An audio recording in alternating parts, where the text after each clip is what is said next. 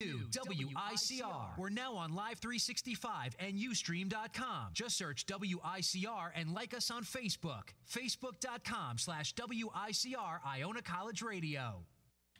Hello, Iona College. This is Jersey Joe, and I am back with an extension of the Sports Vault every single week, trying to pick every single game for everyone to help you out in the Pigskin Pick'ems, help them out in your elimination pools.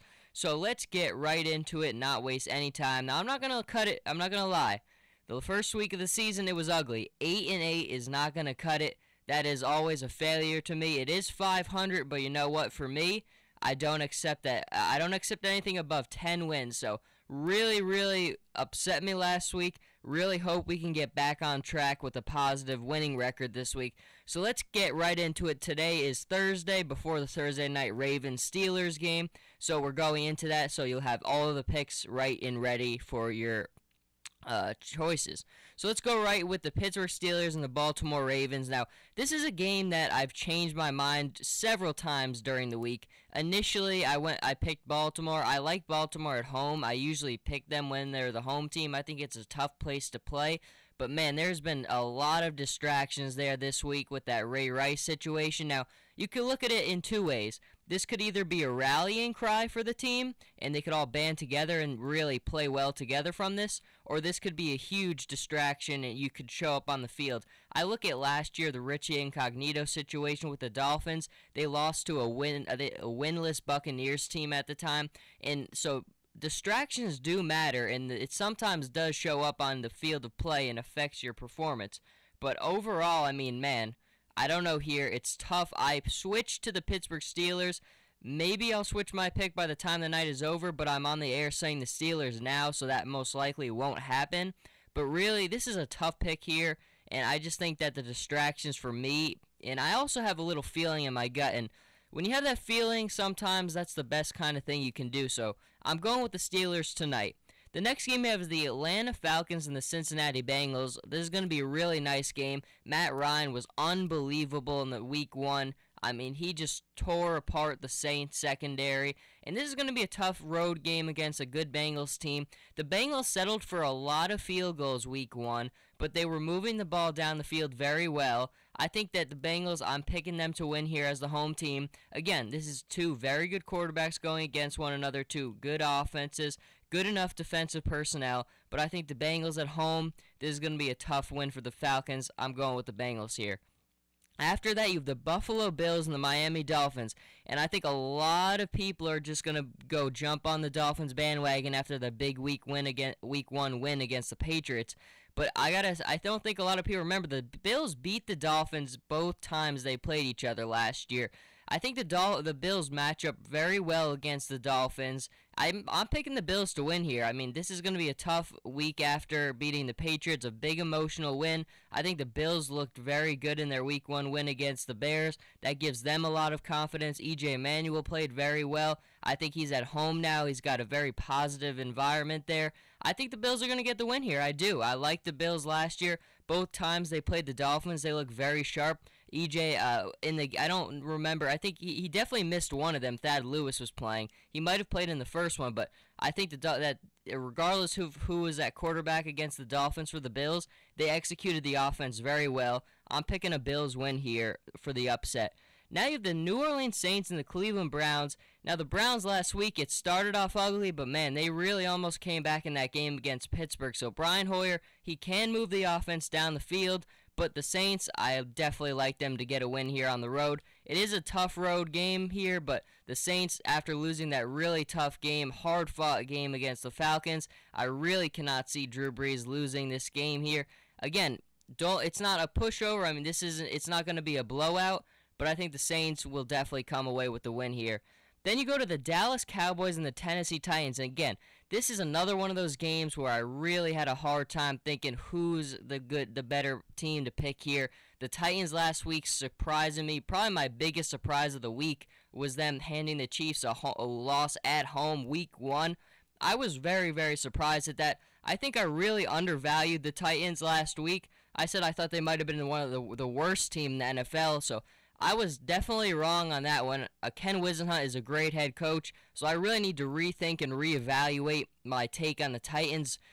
part of me wanted to take the Titans here being the home team, especially coming off that big road win against the Chiefs, but I am going with the Cowboys here. I didn't like what I saw out of the Cowboys last week. There was not a lot of good things to see there, but at the end of the day, I've got to go with the superior quarterback, the quarterback I would trust more. Now, Romo was awful in the last game. He cannot, the turnovers were just atrocious, but at the end of the day, I would rather take him than I trust him more than I trust Jake Locker in this situation. I will take the Cowboys here. Plus, you got to look at last week. It was kind of demoralizing for the Cowboys. That was a 49ers home game at its core. It really was. It doesn't matter what anybody else says. You look around the stadium with your eyes on TV. There was more 49ers fans there than Cowboys fans.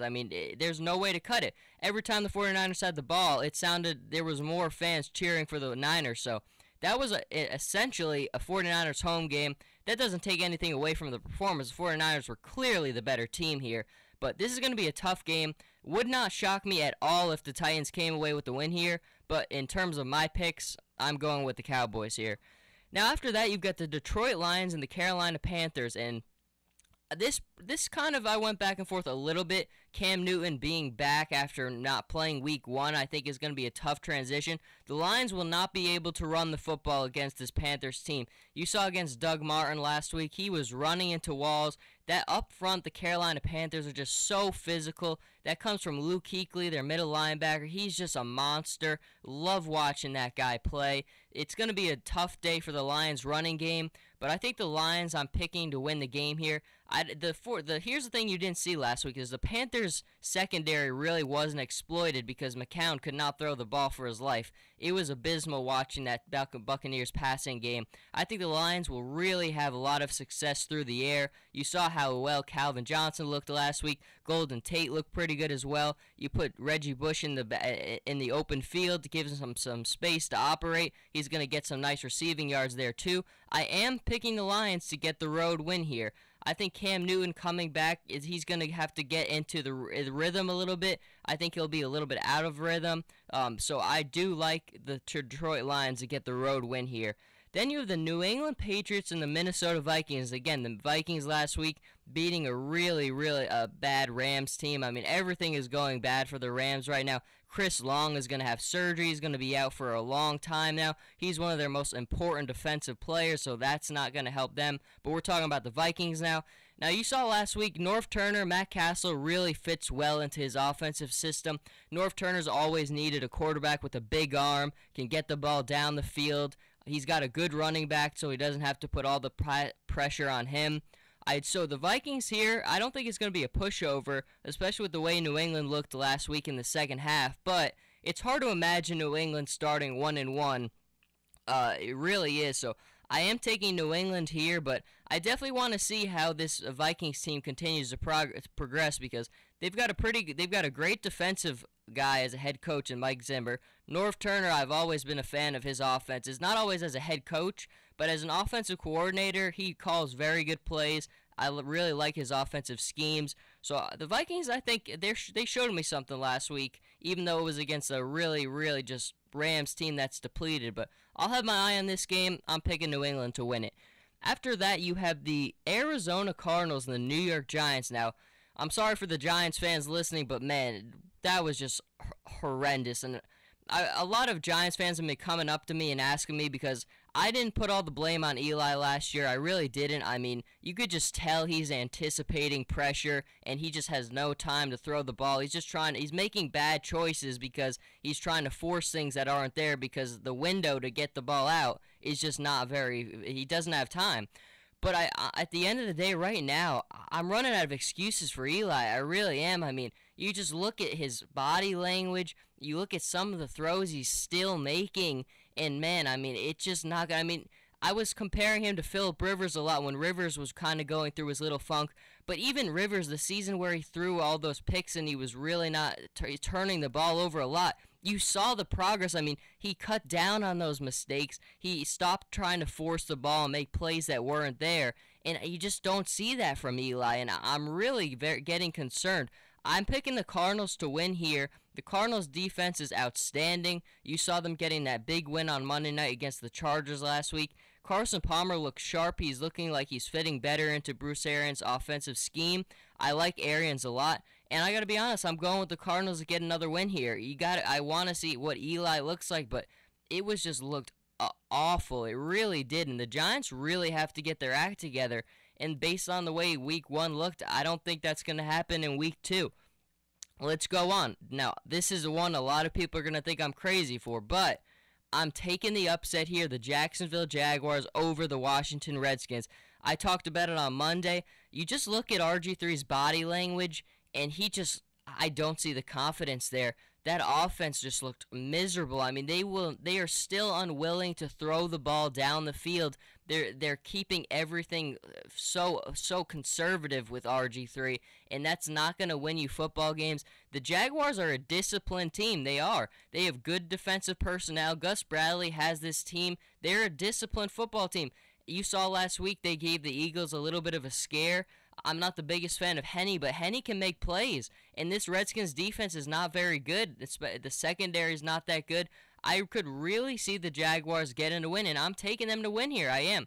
I wouldn't be surprised at all if Washington did win. They got their act back together, but from what I saw in week 1, I really, really believe that the Jaguars could win here, and that's why I'm picking them to win. I really am.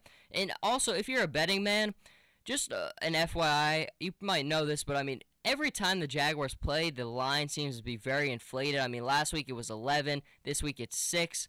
It seems like the Vegas always puts the Jaguars in these tough situations, so never buy it with the Jaguars. This team is not as bad as the lines always make it out to be.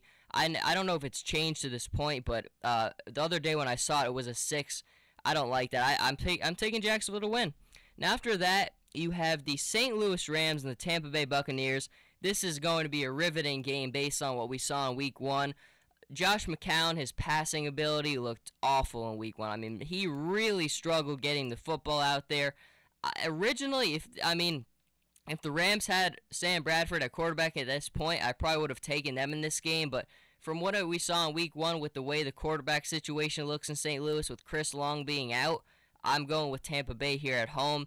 I think Tampa Bay's really got to get their act together right now because based on what we saw from week 1, everybody was picking this team to really take a big step back up this year, but I had them at 6-10. Based on what you saw last week, that could look like a possibility, but I am picking them to win here. This Rams team, just too depleted at the moment. Then the Seattle Seahawks and the San Diego Chargers. The Seahawks, I think, by far looked like the most together team in week 1. They are playing at home, which there's just no other home field advantage like the Seahawks have, so that is a big part of it. But this team is good. Russell Wilson's getting better. Everything for the Seahawks is going well. The Chargers are a good football team. Lost a tough one in a tough road game on Monday night. Unfortunately, I have the Chargers starting 0-2. Again, I've had to pick against my San Diego Chargers 2 weeks in a row now, and it hurts me a little bit inside, but you know what? You got to pick the best team at the end of the day. The Seahawks, I think, just present too much of a challenge to this Chargers team right now, and I think the Seahawks get a big road win here. Now, after that, you have the Kansas City Chiefs and the Denver Broncos. Based on what we saw last week, everything in Kansas City just looks awful right now. Derek Johnson, their middle linebacker, is out for the year, which is as big a loss as you could possibly get. I mean, he is at its core the most important piece of that defense, and with him being out, that's just going to make everything for that defense just a million times harder this year. I did not like what I saw out of Alex Smith. You see it, as soon as he starts getting out of that conservative offense, trying to throw the ball down the field, he's turning the ball over, and that's always been my knock on Alex Smith is, as soon as you take him out of that conservative offense, he just does not look confident. He does not have the arm that can get the ball down the field without making mistakes. So I do not like Kansas City here. Based on what we saw from Denver, they escaped that game from the Colts, but they're at home again this week. They should secure a pretty easy win here. Now let's go on to the next one. Unfortunately for Jets fans, I think it's going to be a long day. Green Bay Packers, New York Jets, Packers being the home team, of course. I think the Packers are really going to have a field day against this Jets secondary. Aaron Rodgers and the Packers are going to be very hungry for a win after really getting their getting it taken to them, handed to them in week 1 at Seattle. So the Packers are really going to be looking to get a win here. I think they'll exploit the Jets secondary. I think the Packers come away with a pretty easy win here. Then you have the Houston Texans and the Oakland Raiders now. This is one of the other tough games of the week, probably one of the top 3 tougher games of the week. I didn't like Houston last week, and I was wrong on that one. And Oakland against the Jets, I mean, they made some plays, but I think that the score made the game look a little closer than it was. I'm going with Houston here. Again, I've changed my mind on this game a couple of times here. I like Oakland because they're the home team. I'm still not 100% sold on what Houston has at quarterback, but Houston's defense is tremendous. J.J. Watt, man, he looks like he's primed, ready for another incredible season. So I'm going with Houston here. I think their defense is going to make things very, very easy. That's a tough defense for Derek Carr to play in his second start. I mean, he started with the Jets and then the Texans. Those are 2 great defenses. Very hard way to transition into the NFL. I think the Texans won't have to make a ton of plays on offense because of how well the defense will look. So I'm going with Houston here to take away the win here on the road. Now you have the Chicago Bears and the San Francisco 49ers. I've been vocal about it. The Bears were my most disappointing team of the week. I just cannot believe they lost that first game at home. That defense looks awful. I mean, they were really bad last year, and they looked about as bad as they did last year, maybe even worse in week 1. The 49ers offense was clicking on all cylinders last week. Colin Kaepernick looked very good. Their rookie Carlos Hyde, who I think is going to be special, looked tremendous. You have that change of pace with Frank Gore and Carlos Hyde, 2 big-bodied running backs, just pushed the ball down the field. Everything looked good for the 49ers last week on offense. It really did.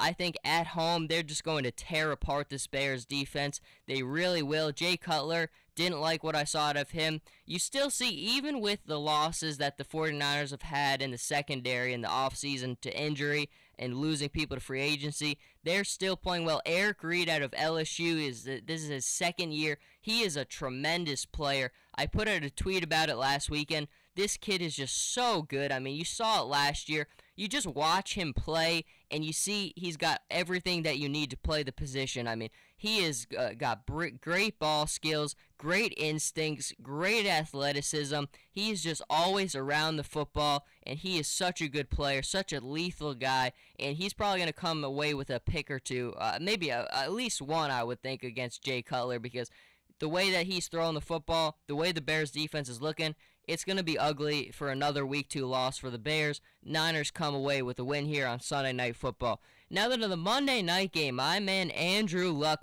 almost pulling off the big comeback against the Broncos on Sunday night last week. I am picking the Indianapolis Colts to get the win here.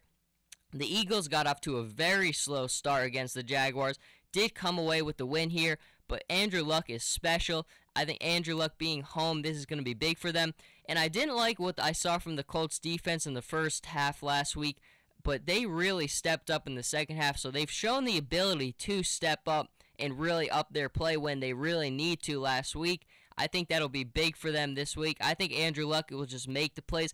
The thing I love most about Andrew Luck is sometimes he gets off to those rough starts. He makes a mistake here or there. I mean, look, the kid's still in his 3rd year. He's still got so much room to grow, which is scary based on what he's done so far. But nothing phases Andrew Luck. I mean, he could have a terrible drive, and he'll come back. His confidence is still there. He's going to bring the team. He's a great leader in the huddle. I can't get enough of watching Andrew Luck play. I think Andrew Luck and the Colts will get their first win on Monday night here. But that is all of the games on the slate. Obviously, like I said at the beginning of the show, 8-8 is just not going to cut it from last week. So I'm really, really expecting to have a much better week here.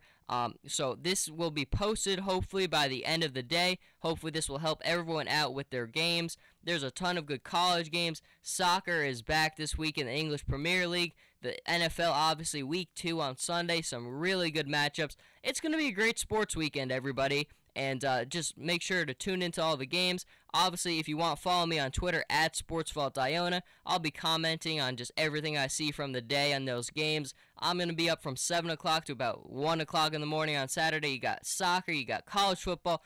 Just a great time for sports, as every weekend is.